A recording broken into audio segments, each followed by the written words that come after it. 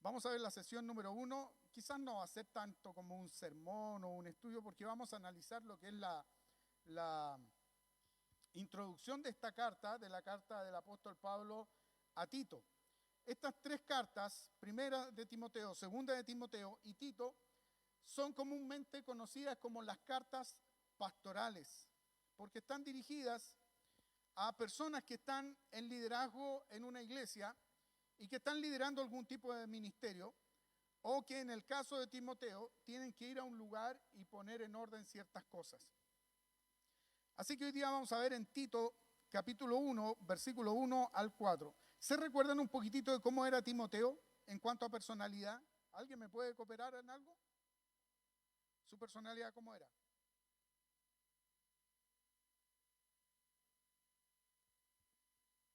No me dejen en vergüenza, tenemos visitas acá y están todos callados mirándose. Me hacen pensar que hice un mal trabajo. ¿Se recuerdan en el capítulo 1 qué le dice Pablo a Timoteo? ¿Se podría decir que era tímido? Yo, ¿saben qué? Me identifico con Timoteo, quizá por mi juventud, pero me identifico con Timoteo porque Timoteo no era una persona confrontacional. Si hay algo que a mí no me gusta, que me pone en una mala posición y que tengo que estar orando como un mes antes, es cuando tengo que confrontar alguna situación dentro de la iglesia. Y de verdad me saca de mi zona de confort y tengo que orar mucho y pedirle mucha dirección al Señor porque yo soy poco confrontacional. Y al parecer Timoteo tenía esa característica, era poco confrontacional.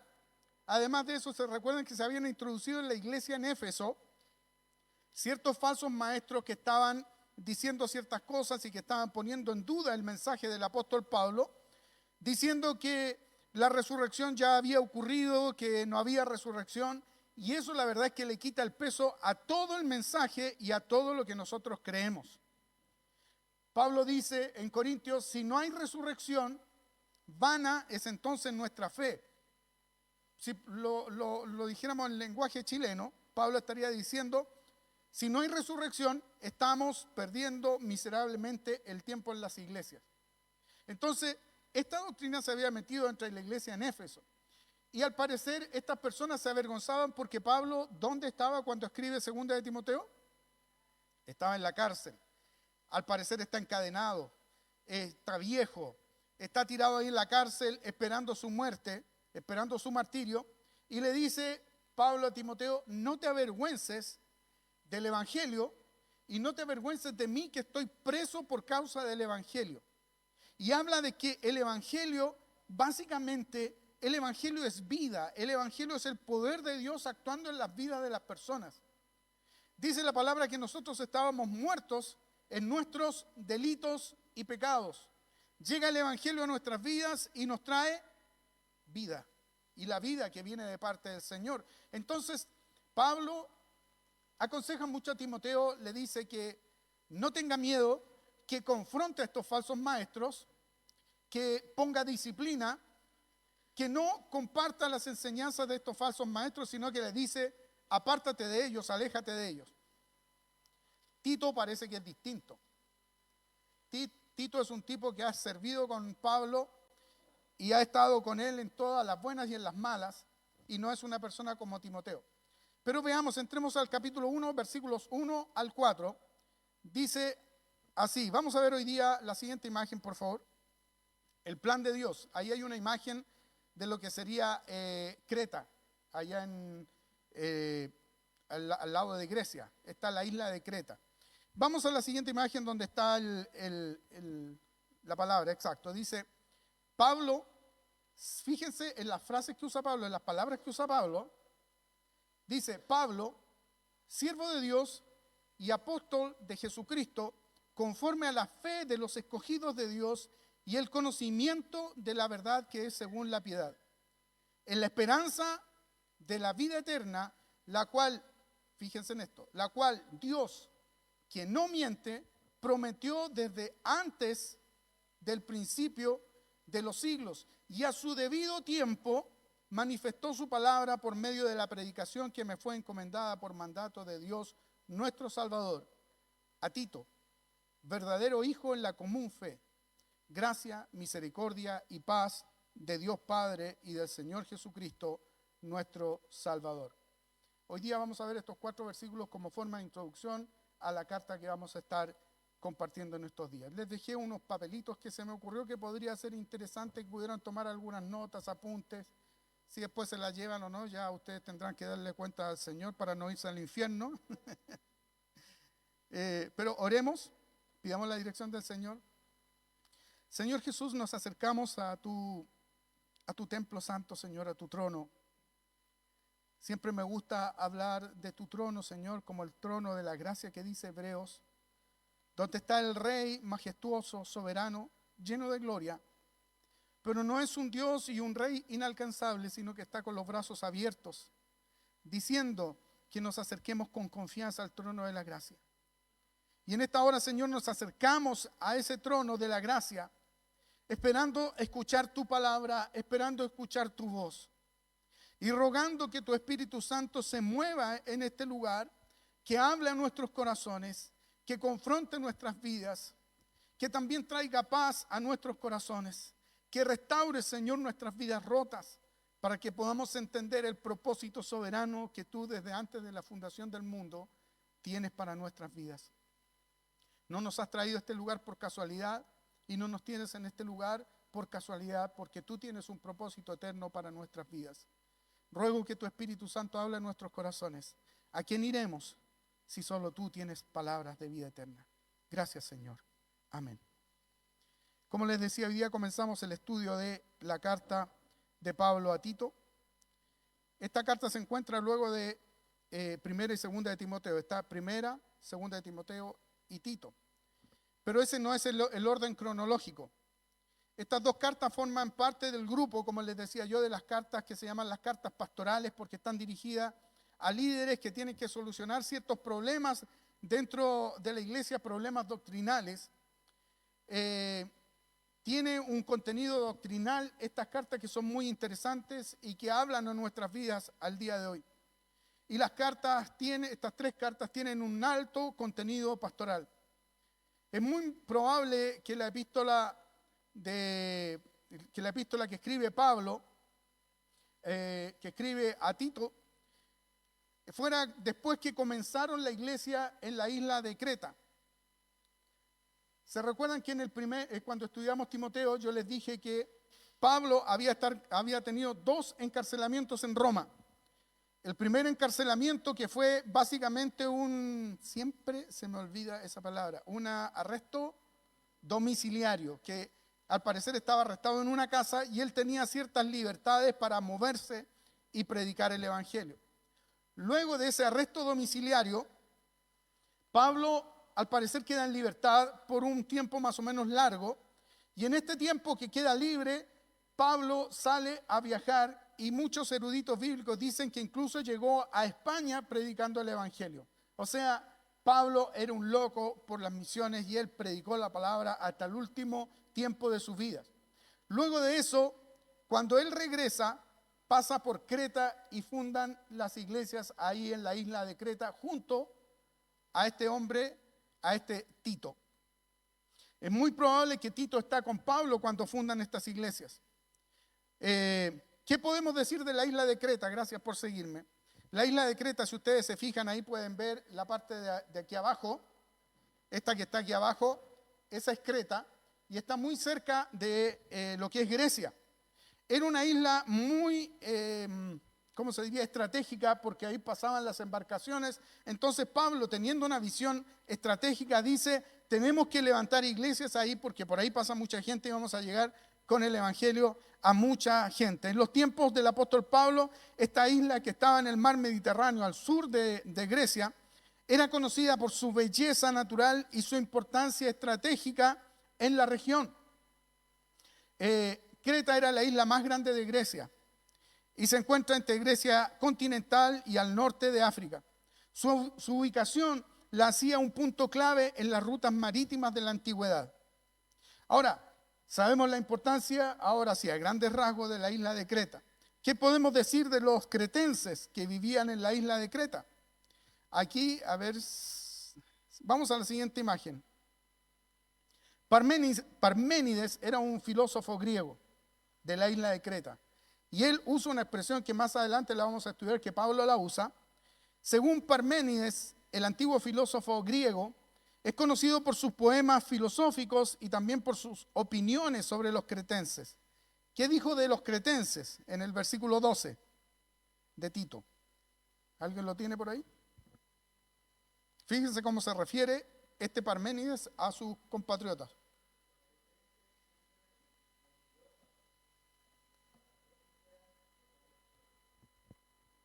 O sea, con un compatriota así yo no quiero otro. Fíjense con las palabras que se refiere a los cretenses. Los cretenses siempre mentirosos, ¿qué más?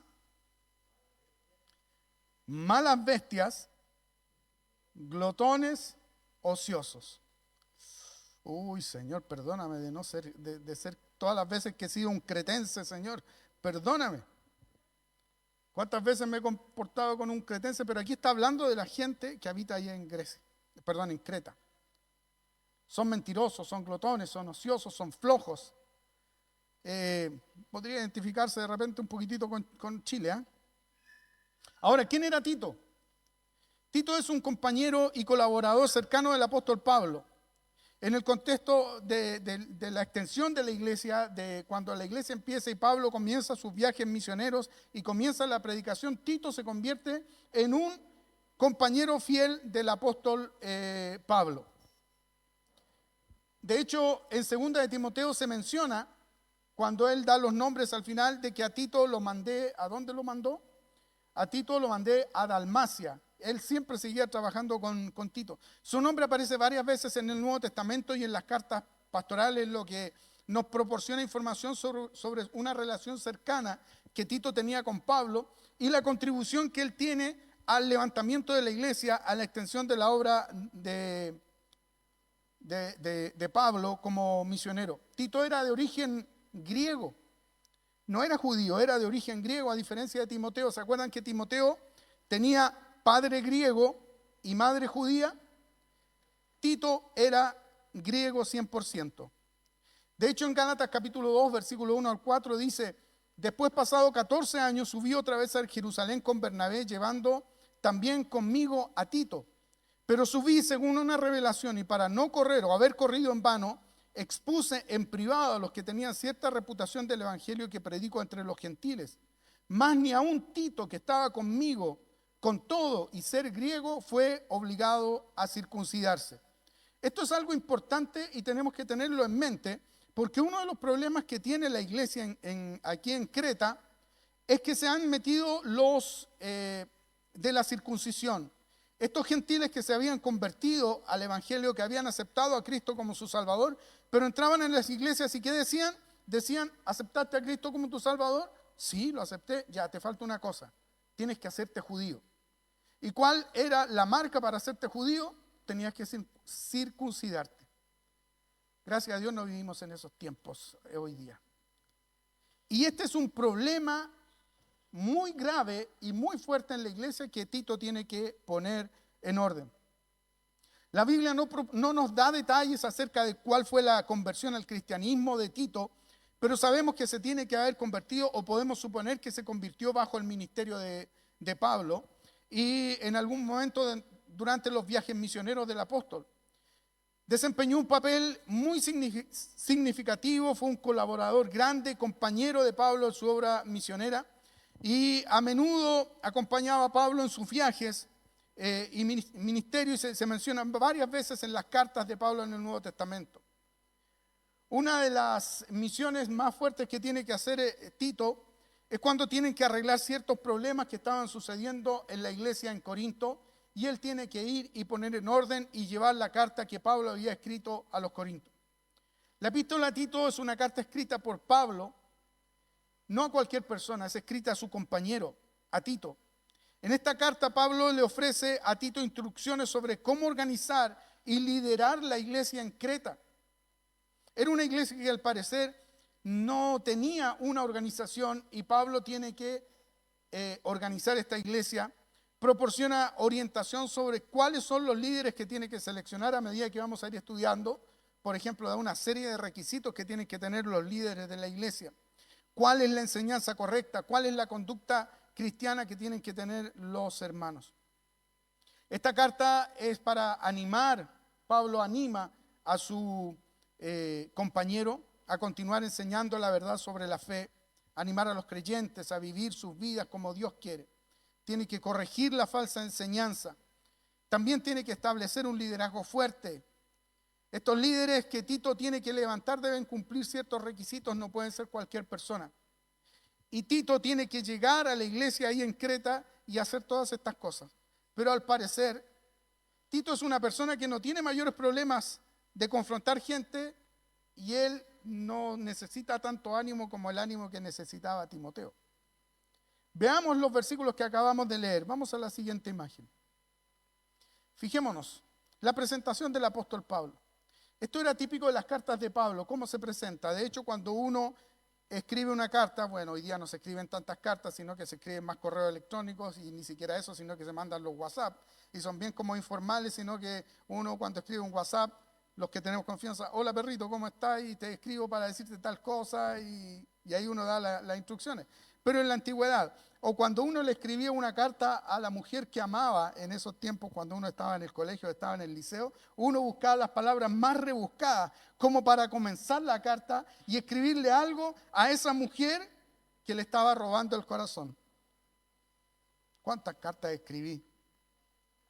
¿Cuántas cartas no recibí? Ninguna respuesta. Ay, Señor. Ahora Pablo presenta en esta carta una introducción. Y la introducción dice, Pablo, fíjense en esto, que dice, siervo de Dios.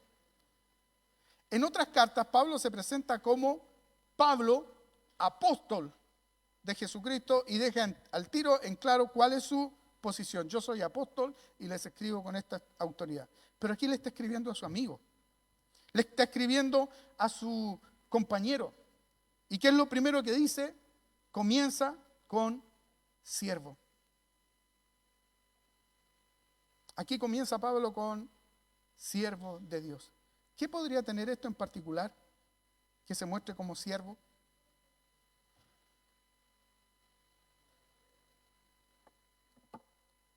Sí, hay una diferencia. Pero miren, fíjense en esto. La palabra que se traduce en la Biblia como siervo viene de la palabra griego que es doulos. ¿Les trae alguna rememoranza la palabra doulos? La palabra doulos es esclavo. Entonces Pablo le está diciendo, Pablo, esclavo de Dios y apóstol de Jesucristo.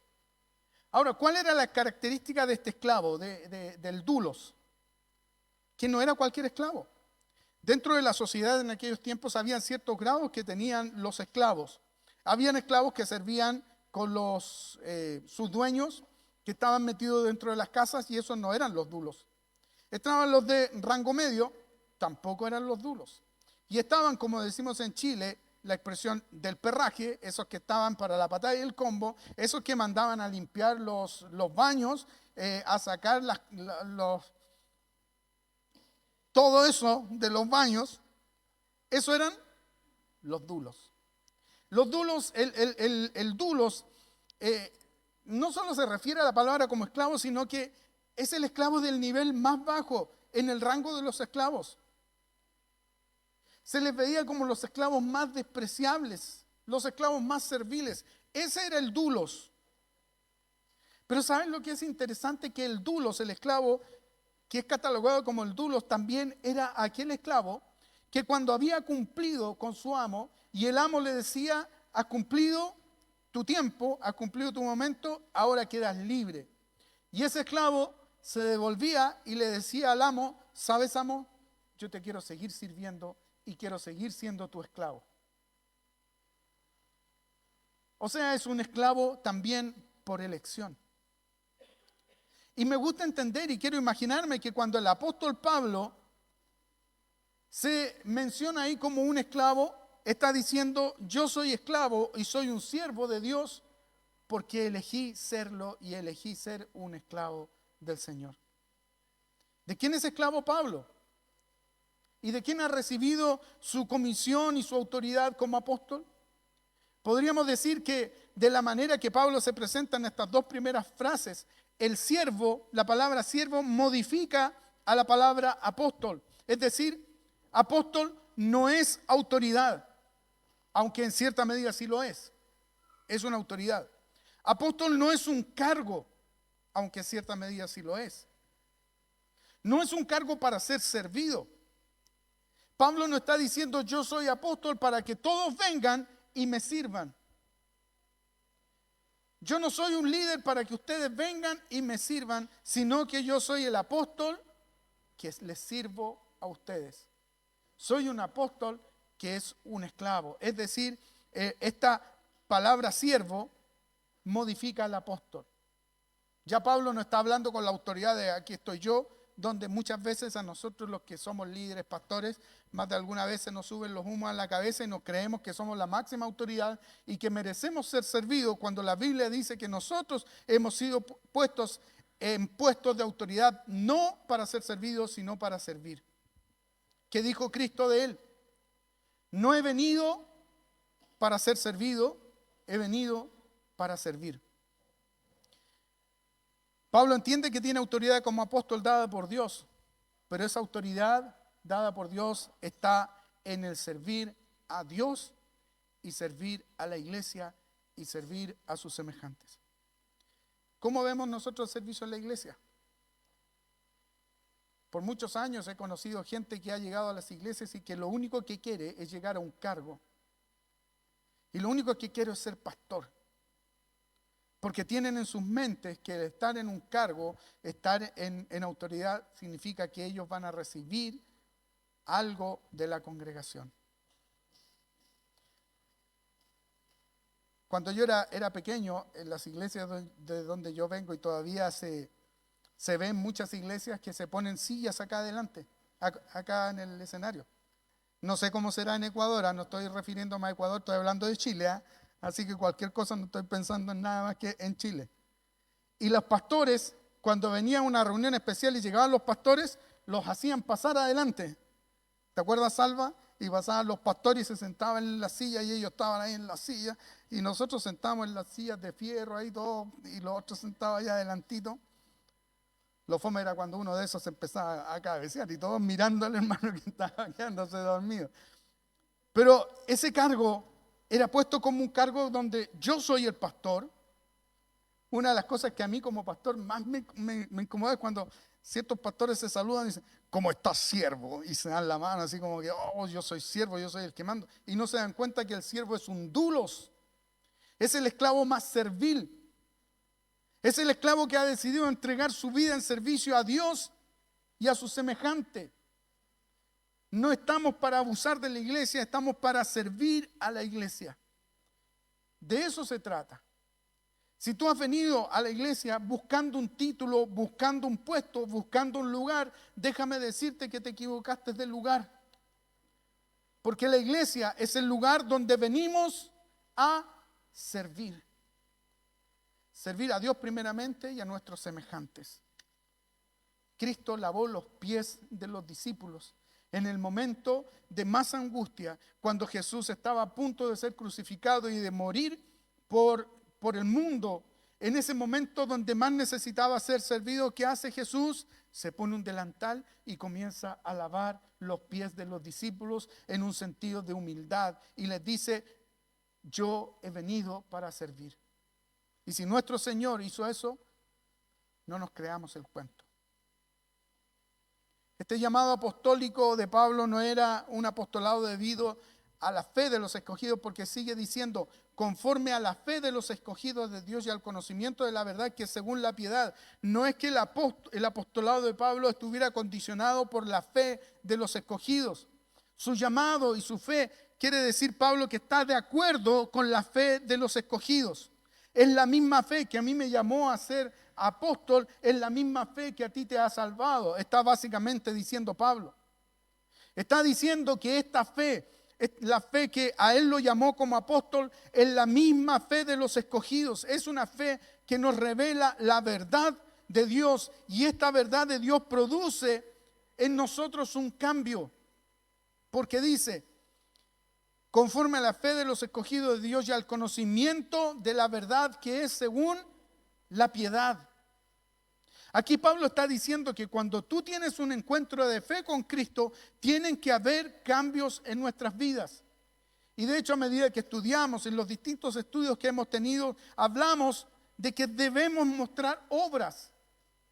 Pero no son esas obras que hacemos para obtener salvación, sino que son esas obras que son el resultado de nuestra entrega al Señor. La Biblia dice que tenemos que ser sal y luz en este mundo.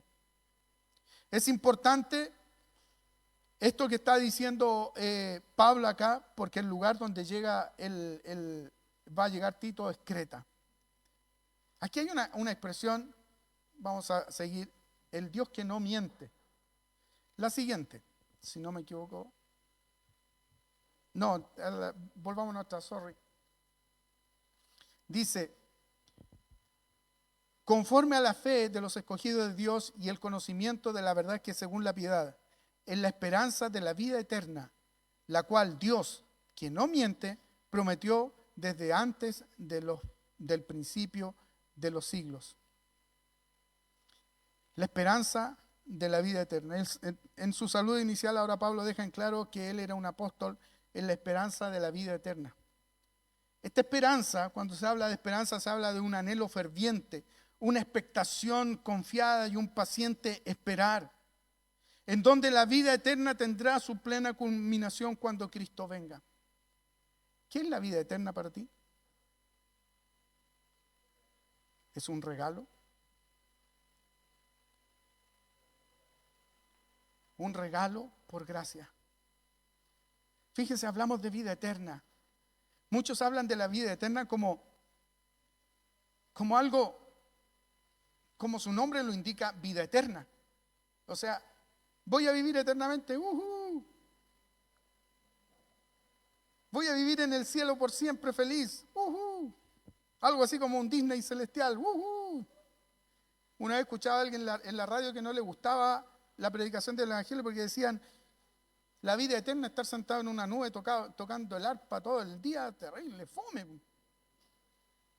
Pero resulta que no entienden el concepto de vida eterna. Aunque hay mucha razón en eso que acabo de decir como un chiste, la vida eterna está más que supeditada al tiempo, está relacionada con una calidad de vida. La promesa de la vida eterna en el Antiguo Testamento, si ustedes leen el Antiguo Testamento, Dios prometió que iba a venir uno que nos iba a librar del pecado, que iba a librar al pueblo de Israel de la esclavitud, que iba a transformar todo y que iba a haber un gobierno ya sin injusticias. ¿Cuánto esperamos eso? Amén, Señor, por favor que sea luego. Un gobierno sin injusticia, un gobierno donde el pobre iba a ser atendido, un gobierno donde la viuda iba a ser atendido, un gobierno donde no se iban a tener que levantar impuestos ni hacer ninguna modificación en nada. El Señor va a traer todo una nueva forma de conducir y de mostrar cómo es eso. Y Dios lo promete. ¿Y saben por qué lo promete? Porque en Génesis, en el jardín del Edén, cuando entró el pecado, esto comienza desde ahí. Dios promete que va a venir un libertador, que va a pisar a esa serpiente que introdujo el pecado, aunque él va a salir herido. Y viene la promesa de la redención. ¿Y saben qué? Que cuando Jesús entra en escena y comienza su predicación comienza, el reino de los cielos se ha acercado, arrepentidos y convertidos. ¿Saben cuándo empieza la vida eterna? ¿Cuándo empieza este periodo? Empieza con la venida del Mesías. Muchos hablan de esta esperanza como la esperanza de la nueva creación, donde todo será creado nuevamente, donde habrá un cielo nuevo y una tierra nueva, como lo menciona Apocalipsis. Pero esa nueva creación, déjenme decirles, no es una nueva creación que va a venir en algún momento en el futuro. Es algo que ya comenzó. Wow, yo dije aquí estos hermanos van a danzar, vamos a tener la media fiesta. Es algo que ya comenzó. Dice la palabra de Dios que cuando Cristo viene a nuestras vidas, somos hechos nuevas criaturas. O sea, la nueva creación ya comenzó. La vida eterna ya comenzó. Estamos viviendo esa vida eterna que va a tener su culminación cuando Cristo venga a establecer su reino plenamente en este mundo. Donde esta tierra sea redimida. Donde esta tierra vuelva a ser lo mismo que era en el jardín del Edén. Donde no habrá más llanto, donde no habrá más dolor, donde la muerte ya no nos va a afectar, donde no vamos a tener que ver que hay sillas vacías porque hay muchas personas que están enfermas, donde no vamos a tener que hacer oración a las 7 de la mañana por aquellos que están enfermos, porque ya no habrá dolor, no habrá más llanto, no habrá más muerte, no habrá más nada de eso. Y Pablo dice, la esperanza de la vida eterna. Aunque ya estamos viviendo la vida eterna, todavía no estamos viviendo en la vida eterna. No sé si me siguen la idea. La vida eterna va a tener su culminación cuando Cristo aparezca y establezca su reino. Ahora viene la otra parte y dice, la cual Dios la prometió. Pero ¿qué característica, qué particularidad dice Pablo acerca de Dios que prometió esta vida eterna, esta esperanza? Es un Dios que no.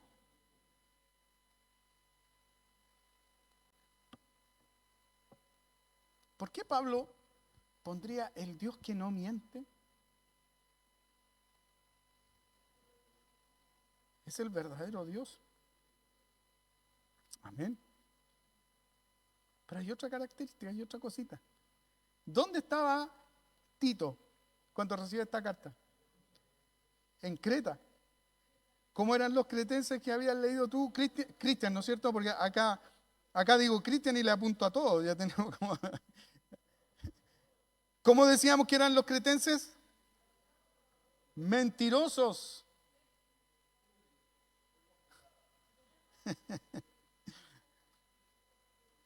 Los cristianos de Creta, ¿saben cuál era el problema? Estaban mezclando su religión pagana con el verdadero evangelio.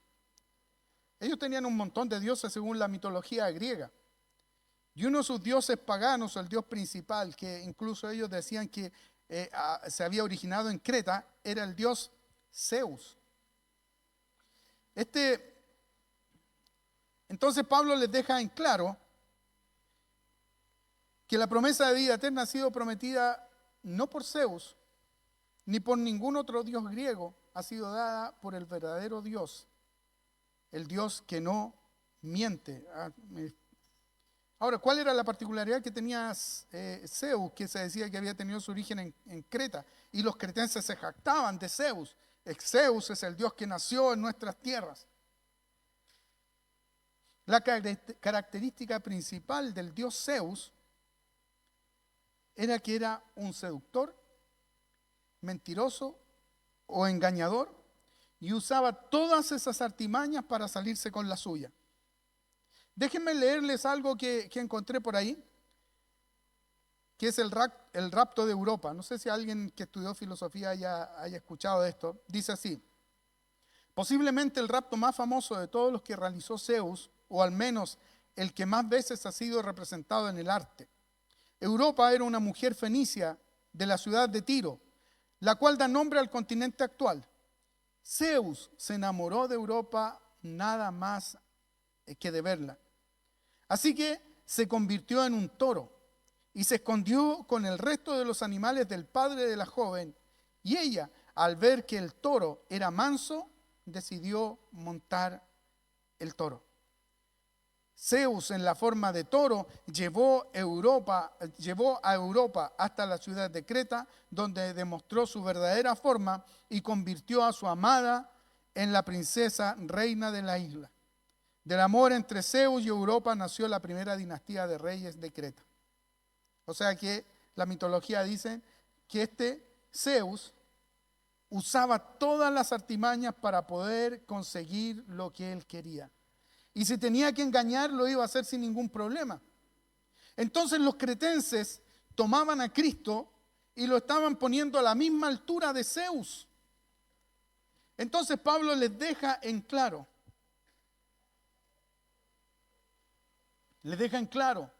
que la promesa de la vida eterna ha sido prometida, ha sido dada no por Zeus, ni por ningún otro dios griego, ha sido dada por el verdadero Dios, el Dios que no miente.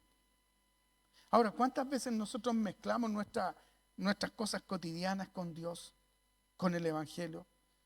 Como decía el hermano, la vida eterna no la hemos recibido porque nosotros somos lindos, porque si fuera por eso no hubiese recibido ninguna vida eterna, ni porque tú tengas las características puntuales, o porque tú hayas hecho mucha misericordia. Es por gracia, es un regalo de Dios. Pero ¿cuántas veces nosotros mezclamos todo lo que vivimos a diario? No, es que para que tú consigas ciertas cosas tienes que hacer estas otras. Muchos falsos pastores que empiezan a predicar, para que tú puedas conseguir la ayuda de Dios, para que tú puedas conseguir el favor de Dios, tienes que traer cierta cantidad de diezmos, cierta cantidad de ofrenda, y solo así Dios te va a recompensar. Eso es una mentira y un abuso que se está haciendo. Dios da todo por gracia y por misericordia. Y termina Pablo refiriéndose a Tito como un verdadero hijo. Termina su introducción refiriéndose al destinatario de la carta.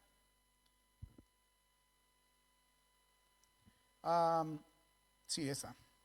Y a su debido tiempo manifestó su palabra por medio de la predicación que me fue encomendada por mandato de Dios nuestro Salvador.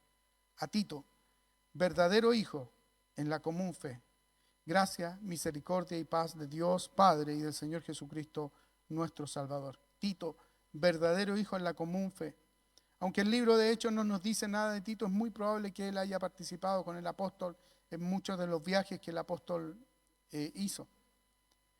En 2 Corintios capítulo 2, versículo 13, encontramos que Pablo se refiere a Tito como a mi hermano Tito. En 2 Corintios 8, 23 se refiere a Tito como mi compañero y colaborador con vosotros. Tito fue un colaborador, fue un hermano, fue un amigo de Pablo. Y al parecer era de un temperamento, como les decía, distinto al de Timoteo. Hay algunos comentaristas que hablan de Tito. Lo voy a poner en lenguaje sencillo, que Tito era básicamente como un bombero que iba a apagar los incendios donde se armaba algún problema. ¿A quién enviaba Pablo? A Tito, una persona confiable, una persona que compartía el ministerio de Pablo, una persona que había visto a Pablo en todo su proceder y que ahora se transformaba en la mano derecha de Pablo. Podemos observar en estos 4 versículos algunas verdades. En primer lugar, la iglesia no es un lugar para ostentar cargos, puestos o para mandar. Es un lugar para servir por medio de tu posición. ¿Qué te ha dado Cristo? ¿Qué te ha dado Dios que puedes poner al servicio de la extensión del reino de Dios? Les comentaba a mis hermanos amigos, déjenme contarles un poquitito de los Cristian al cuadrado que están aquí con nosotros. Bueno, sería Cristian al cubo, porque el que está allá también es Cristian. ¿Hay otro Cristian? Les contaba un poquitito de cómo el Señor, a través de esta construcción, nos capacitó a nosotros para aprender lo que es la construcción. Desde pegar un ladrillo, mezclar concreto, hacer soldaduras, hacer electricidad, hacer gafitería. Y el Señor en algún momento de nuestro ministerio nos dijo, eso lo tienen que poner al servicio de la extensión del reino de Dios. Y como yo no trabajo solo, les compartí esto a los hermanos. Y hay hermanos que no han ido a los viajes misioneros, hay hermanos que nunca van a ir a los viajes misioneros, pero hay hermanos que apoyan primeramente en oración y también dando sus recursos económicos. Hemos ido a 3 lugares. Hemos ido a Colombia, donde tuvimos que construir una cisterna porque no hay agua potable y se canalizan las aguas lluvias para poder tener agua para los niños en ese colegio. El Chocó básicamente es el África de Latinoamérica. Y ahí estuvimos, poniendo lo que aprendimos al servicio de Dios. Hay hermanos que estudiaron alguna carrera. Y ellos pensaron y dijeron, esto voy a empapelarme en plata con esta carrera que estoy estudiando, voy a llenarme los bolsillos de plata. Y el Señor les dijo, no, tú estudiaste esto para ponerlo al servicio y a la extensión de la obra de Dios. Cuando fuimos a Aysén y estuvimos una semana allá en Aysén, hubo un paro médico, justo en ese tiempo. ¿Dónde se iban a atender las personas?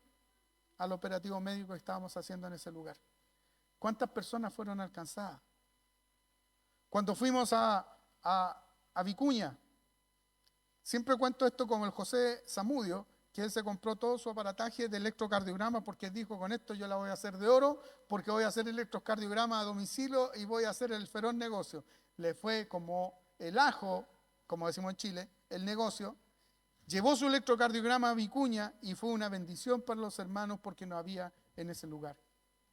La kinesiología, estaban atendiendo pacientes de septiembre del año pasado y pudimos atender gente en ese lugar.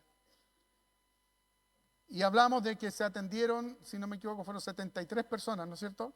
73 personas que se atendieron. Pero eso no fue toda la atención porque muchas personas venían todos los días varias veces. Entonces, en cuanto a atenciones, se hicieron más de 73 atenciones. ¿Y qué hicimos con eso? Lo pusimos al servicio del Señor.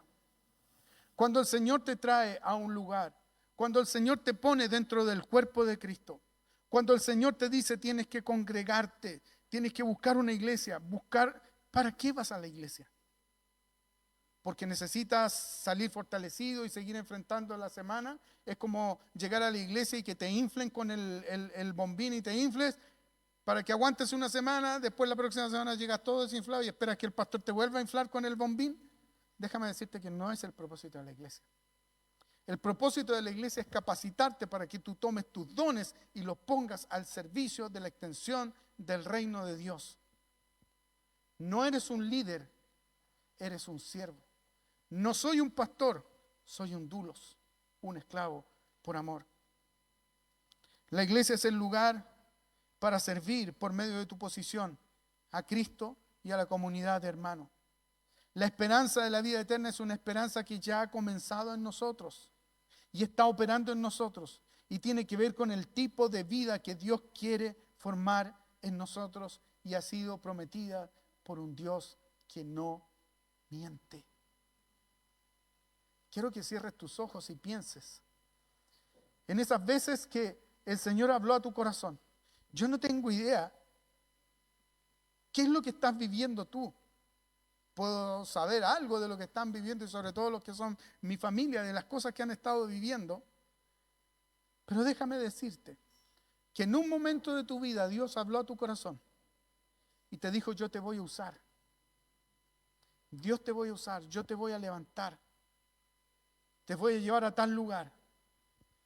Y ese Dios que te habló es un Dios que no miente. Y es un Dios que no se olvida de lo que Él nos prometió en un día. La bondad de Dios sigue persiguiéndonos. La bondad de Dios nos busca. Su Espíritu nos busca. Y si tú estás en este lugar es porque el Señor quiere tener un encuentro personal y potente contigo.